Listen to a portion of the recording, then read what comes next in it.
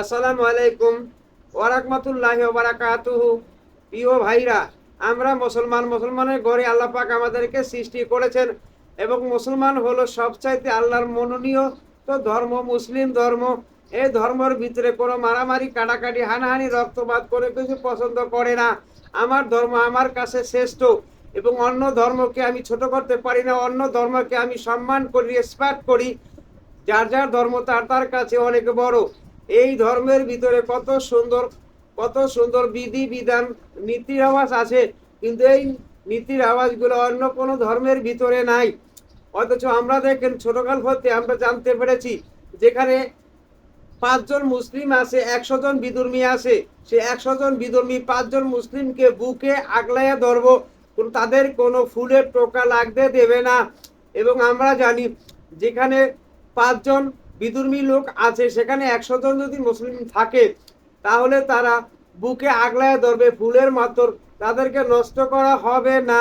কিন্তু এই ধর্মটা একমাত্র আমাদের ভিতরে আছে, আর পৃথিবীতে কোনো ধর্মের ভিতরে নাই।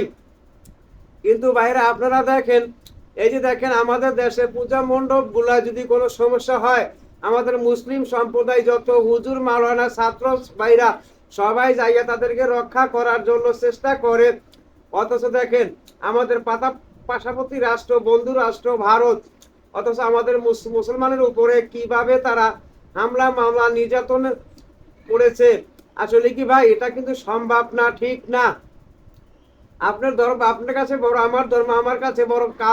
কোনো ধর্মকে আপনি হেয় প্রতিপন্ন করতে পারেন না। অথচ কিছু হিন্দু সম্প্রদায় ভাইরা আছে, মুসলমান উপরে এভাবে অত্যাচার করে, যায় অত্যাচারগুলো সহ্য করার মতো না। হে ভাই, পরকালে জানি না আপনার বিচার কি হবে, আমাদের বিচার কি হবে। আসলে ভেদাভেদটা শুধু আমাদের ভিতরে না, অন্য অন্য বিধর্মের ভিতরে একমাত্র ভেদাভেদটা হিংসা রিয়া ভাবে অনেক তৈরি হয়। আসলে কি ভাই জানেন, আল্লাহর মনোনীত ধর্ম এই মুসলিম ধর্ম।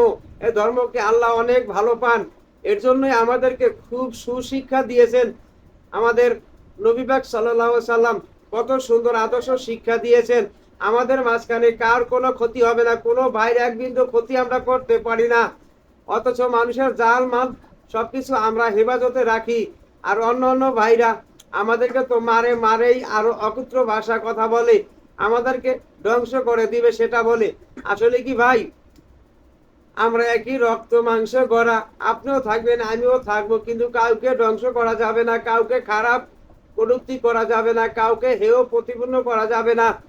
আসলে আপনাদের কোনো বিবেক নাই, একমাত্র বিবেক হইল এই মুসলিম ধর্মের ভিতরে, নাহলে আপনাদের কোনো বিবেক নাই। বিবেক যদি থাকতো তাহলে আপনারা মানুষকে এইভাবে নির্যাতন, অবহেলা করতে পারেন না। কিন্তু আপনাদের জাতীয়ভাবে যেইভাবে আপনাদের মুসলিমের উপরে নির্যাতন করা শুরু করেছেন, আসলে এটা পৃথিবীতে কোনো সভ্য ধর্মে এটা মেনে নিতে পারে না। তো ভাইরা, আমার এই ভিডিওর মাঝখানে যদি কোনো ভুল ত্রুটি হয়ে থাকে, আমাকে ক্ষমা দৃষ্টিতে দেখবেন, আমাকে মাফ ও সৌন্দর্য করে দেখবেন। আমি শুধু বলেছি আপনারা আমাদের কমেন্টে মতামতগুলো জানিয়ে যাবেন, ইনশাআল্লাহ।